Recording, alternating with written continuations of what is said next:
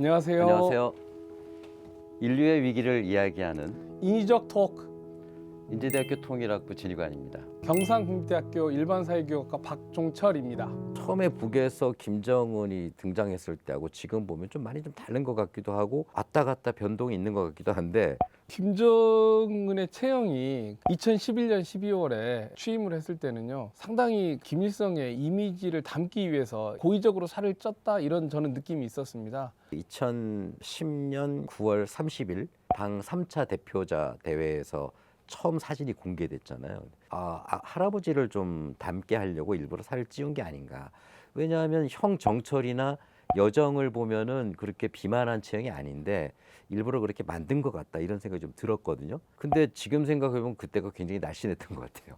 진실 여부는 알 수는 없는데 예. 김여정하고 부인 미설주가 조금 다이어트를 권한다. 그러나 현재까지 보면은 다이어트는 계속 실패하고 있는 것 같습니다. 밤에 그렇게 맥주를 많이 먹었다라는 얘기까지는 좀 들었어요. 이영호 총정치국장하고 업무가 끝나고 나면 둘이 앉아서 하루 일을 복귀하면서 그렇게 맥주를 많이 먹었다는 얘기는 좀 들은 것 같은데, 지도자로서 건강 유지에 좀 신경 써야 되는 게 아니냐, 이런 것들을 북한 사회도 걱정한 거 아니냐, 뭐 여러 가지 얘기들이 있는 것 같습니다. 각 가정에 현재 김정은 사진이 있습니까? 없습니까? 김정은 사진은 붙어 있었던 적이 없지 않습니까? 없죠. 예. 그러니까 김일성과 김정일 두 전대 수령 사진은 각각 집안마다 다 걸려져 있다고 봐야 되겠죠. 근데 김정은은 아직까지는 본인의 초상화를 가정에 걸게 한 적이 없는 걸로 알고 있습니다. 이제 북중 국경을 이렇게 쭉 다니다 보면은요, 김일성이나 김정일을 칭송하는 이 구호들이 조금 있습니다. 네. 그러나 김정은 장군 만세, 이런 구호들이 많지가 않아요. 최근 북한의 뉴스를 보니까 김정은을 태양이라는 표현을 쓰더라고요. 과거 이제 김일성에 대해서 썼던 표현인데, 그럼에도 불구하고 과거 전대 수령들에 비하면 우상화의 그런 그 모습은 굉장히 적지 않나. 아직까지는 그렇게 보여지는데 좀 더 두고 봐야 되겠죠. 북중 국경에 있죠, 유명한 아우지 탄광이라고. 사실도 있지만 오해도 많이 있는 것 같아요. 아우지 탄광이 1930년대 일제가 개발을 한 탄광이기도 했고, 석탄 석유 산업 설비가 있는 공간입니다. 아우지가 이 정치범 수용소하고 관계가 없는데 왜 한국에서는 이게 정치범 수용소로 알려졌을까, 조금 제가 고민을 좀 해봤어요. 아우지가 간부들의 정신교육을 하는 공간이기 때문에 혁명화 공간하고 정치범 수용소가 좀 혼돈이 된 것이 아닌가. 북중 국경에서 가깝기 때문에요. 그쪽 그 권화 세관 바로 앞이지 네, 않습니까? 외국에서 감시가 어느 정도는 가능한 공간이기 때문에 정치범 수용소를 만들기엔 지리적으로 부적절한 공간이기도 합니다. 뿐만 아니라 정치범들이 넘어가기 너무 좋은 곳이기 네, 때문에 탈출의 가능성이기 때문에 저쪽에다가 정치범 수용소 할 이유가 없죠. 지금은 그냥 석탄을 캐는 마을이라고 보는 게 오히려 더 맞지 않겠나. 북한이 지금 경제가 상당히 그 위기에 빠지면서 배급제가 붕괴됐다라고 하는데요. 여전히 배급을 받는 사람들이 있습니까?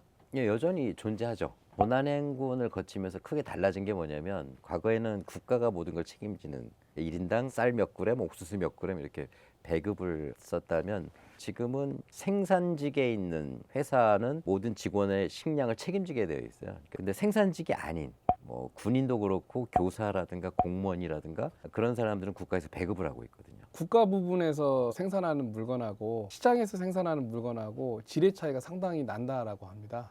그래서 이제 배급을 받는 입장에서는 이걸 왜 주나 하는 마음이 좀 든다라고 해요. 그래서 오히려 배급을 받고 있는 중간 간부들 이상의 이런 계급들, 교사라든가 의사들이 쌀을 사서 먹는 비율이 상당히 높다라고 합니다.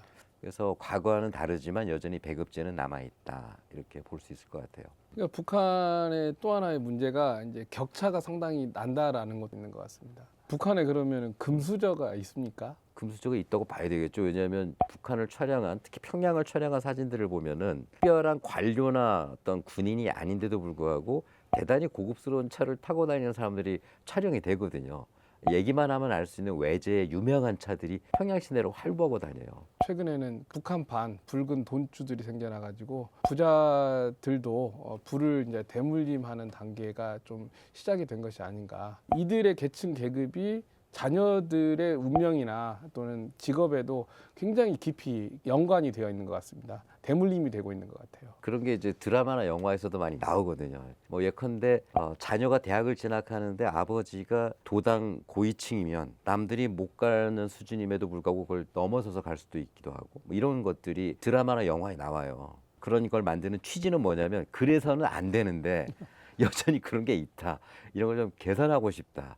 이런 것들도 이제 그런 드라마를 통해서 아마 그 계몽을 하려고 하는 게 아닌가. 미국도 한국도 일본도 사회 계층들의 이동성이 점점점 줄어들고 있는데 이제 북한도 그런 한계가 좀 있는 것 같습니다. 예, 최근에 북한 유튜버들이 많이 방송을 하고 있는데 이들은 누가 제작을 하는 걸로 보입니까? 북한의 방송, 매체, 결과물들은 전부 당의 통제를 받고 당의 계획에 의해서 만들어지는 것이고 북한 주민들이 볼 수 있는 게 아니잖아요. 그러니까 유튜브에 영상을 보려면 인터넷에 접속을 해야지 되는데 북한 주민들은 인터넷을 쓸 수가 없죠. 또 인터넷을 쓰고 싶다면은 당의 허락을 얻어서 자기가 접속하는 그 인터넷 주소와 영역만 볼 수 있는 것이지 그 외에는 볼 수가 없거든요. 그래서 유튜브는 철저하게 대외용이다 그런 생각이 듭니다. 저는 이제 북한 유튜브를 처음에 나왔을 때 상당히 흥미롭게 봤었습니다. 그런데 이제 우리나라 방송 그 심의위원회에서 이제 차단 조치를 했는데 차단하는 게 맞는 건지 어떻게 생각하십니까? 왜 차단하는지 모르겠어요, 저는. 근데 우리나라가 차단하는 것도 없지 않은데 유튜브 회사에서 차단되는 경우들도 많이 있더라고요. 사용하면 안 되는 그런 단어라든가 또 어떤 제재와 관련된 부분들이라든가 이런 것들에 저촉되는 게 있나 봐요. 그 이제 북한 자료가 이제 북한 연구자들에게 있어서는 이제 접근이 좀 어렵지 않습니까?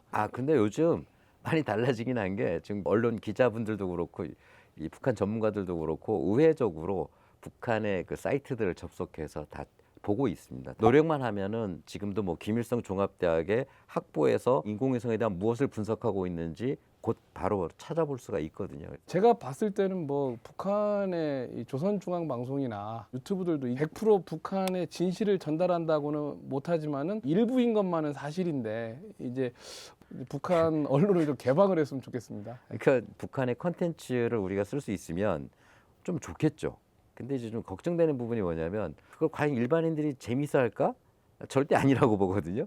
그래서 모든 걸 다 볼 수 있는 게 오히려 이질감을 느낄 수도 있겠다. 그 조선중앙TV 앵커들이 방송을 할 때 앵커들이 직접 멘트를 준비하는지 혹은 철저하게 당에서 준비를 하는 건지. 북한의 선전 매체라는 것은 당 선전선동부의 통제를 받지 않습니까? 사회주의 국가가 아마 그런 걸로 알고 있는데 예를 들면 중국의 교수님들도 수업을 당신 마음대로 하시는 게 아니고 다 내부적인 검토를 통해서 그 결과물 가지고 수업하시는 걸로 알고 있는데 북한 사회는 더 철저하겠죠, 그게.